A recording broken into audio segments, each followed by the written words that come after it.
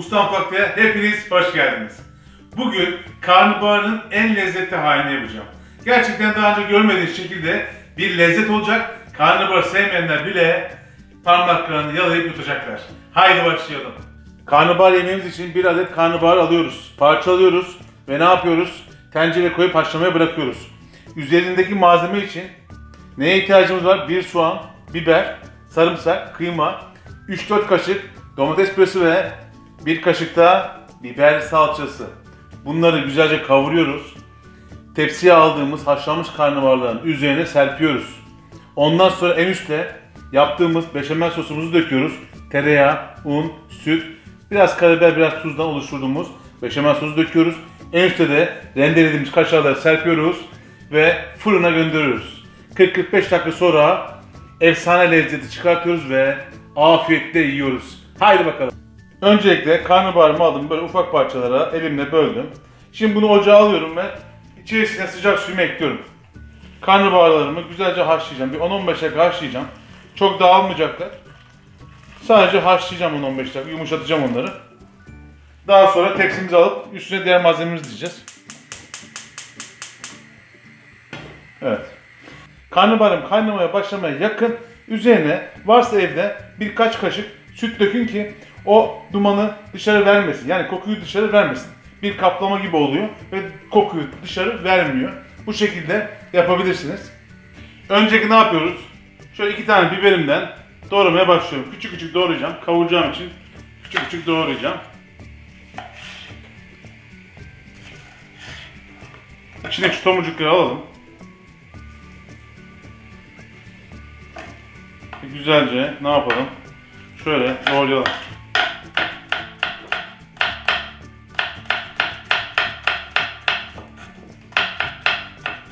Sonra bir adet soğanımız var. Onu da güzelce doğrayalım. Şöyle küçük küçük.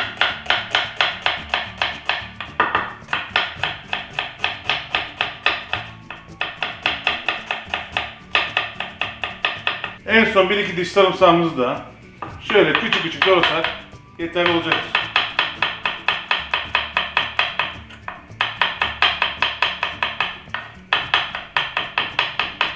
Şimdi tavamıza biraz sıvı yağ alıyoruz. Şöyle sıvı yağımızı alıyoruz. Malzemeleri kavuracak kadar olsa yeter. İçerisine doğradığımız soğan ve biberleri alıyoruz. Güzelce kavurmaya başlıyoruz. Evet, karnabaharımız da gördüğünüz gibi kaynamaya başladı. Şimdi üzerine şu 1-2 yemek kaşığı kadar şu süt gezdiriyorum. Bu süt ne yapacak? Bu kokunun çıkmasını engelleyecek. Çok fazla değil. Bakın 3 kaşık olsa yeterli olacak. Bu aşamada ne yapıyoruz? Şöyle 3-4 yemek kaşığı kadar domates püremiz var. Onu ekliyorum. Üzerine biber salçamı ekliyorum 1 yemek kaşığı. Önce bunları bir kavuruyorum. Şöyle kıymamı ekliyorum. 250-300 gram kadar. Ortaya al dana kıyma ekliyorum. Yeterli olacaktır. Kıymamı da güzelce rengi değişene kadar kavuracağım. Harcımız güzelce kavrulmaya başlandı. Şimdi içerisine şöyle bir tatlı kaşığı civarı tuzumu alıyorum. 1 çay kaşığı kadar ne yapıyorum? Karabiber ekliyorum. Yine 1 çay kaşığı kadar kırmızı toz biber ekliyorum ve içerisine 1 çay kaşığından biraz az kimyonumu ekliyorum. Tekrar güzelce karıştırıyorum. 2-3 dakika daha kavurduktan sonra altını kapatıyorum ve yemeğimi artık birleştirmeye başlıyorum. Son olarak da beşamel sosumu yapıyorum. Şu 2 yemek kaşığı kadar tereyağımı alıyorum. İçerisine yine 1-2 yemek kaşığı kadar da sıvı yağ ekliyorum. Altını yakıyorum ve unla kavurmaya başlıyorum. Yağım biraz eridikten sonra içerisine şöyle 2-2,5 yemek kaşığı kadar unumu ekliyorum. Ve güzelce unumu şöyle pişiriyorum. Unumun kokusu çıkana kadar tereyağı ve sıvı yağ karışımında ne yapıyorum? Güzelce kokusunu alıyorum. Unumuzu da güzelce kavurduk. Şimdi içerisine ne yapıyorum? İçerisine şöyle 2 bardak süt eklemesi yapıyorum. Evet. İçerisine bu aşamada bir tutam tuz, şöyle bir tutam tuz, bir tutam da karabiber atabilirsiniz. İyice kaynatıyoruz. Evet, beşamel sosumuz çok güzel bir kıvam aldı. Gördüğünüz gibi bu yeterli olacaktı. Şimdi altını kapatıyorum. Şimdi birleştirme işlemlerine başlıyoruz. Öncelikle haşladığımız ve süzdüğümüz karnabaharlarımızı borcamımıza, yani cam tepsimize alıyoruz. Şöyle güzelce düzeltiyoruz. Üzerine hazırladığımız kıyma sosumuzu şöyle dökmeye başlıyoruz. Her taraf eşit gelecek şekilde yerleştiriyoruz. Gerçekten mükemmel bir lezzet olacak. İnanılmaz olacak. Yani karnabahar sevmeyen kalmayacak. Daha önce yaptım ben bunu, denedim. Mükemmel oluyor. Beşamel sos ve kaşar son nokta olacak zaten. Onlarla son vuruş yapacağız. Evet, malzemem gayet yeterli geldi. Şimdi üzerine ne yapıyorum? Beşamel sosumu gezdiriyorum ve fırına gönderiyorum. Evet, beşamel sosum geldi. Kıvamına bakar mısınız? Mükemmel bir kıvamda. Tam beşamel sos budur. Kıvam olarak. Beşamel sos nasıl yapılır dediğinizde budur. 2,5 bardak süt eklemiş oldum.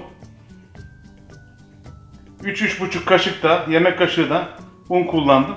Yeterli oldu.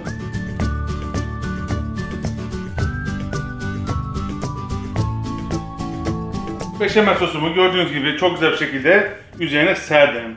Şimdi ne yapıyorum?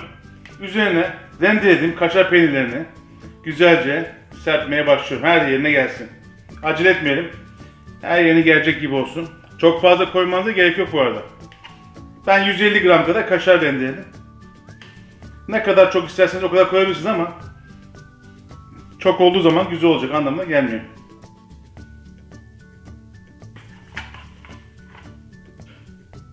Evet, artık tarifimiz hazır. Karnabahar sevmeyenleri bile karnabahar sevmeye ikna edecek tarifimiz artık fırına gidebilir. 180-190 derecede önce ısıttığım fırına gönderiyorum. Yarım saat 45 dakikası bakacağım. Güzelce kızardıktan sonra ne yapacağım? Çıkaracağım ve servise hazırlayacağım.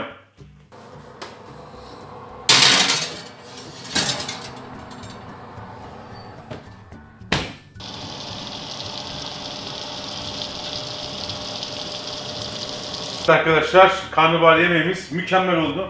Şimdi ne yapıyorum? Güzelce dilimliyorum. Çok lezzetli görünüyor. Öyle de güzel kızardı ki karnabahar sevmeyen kimse kalmayacak. Evet, servisimi yapmadan önce şu güzelliğe bakar mısınız? Mükemmel görünüyor. Gerçekten mükemmel. Artık bu güzelliğin tadına bakalım. Of of of. Gerçekten bir başka güzel oldu. Karnabahar sevmeyenler buraya gelsin ve artık bundan sonra karnabaharı sevmeye başlasın. Kanalıma abone olmadıysanız abone olarak ve videomu beğendiyseniz beğen tuşuna basarak bana destek verebilirsiniz. Bir dahaki sefere görüşmek üzere. Hoşçakalın.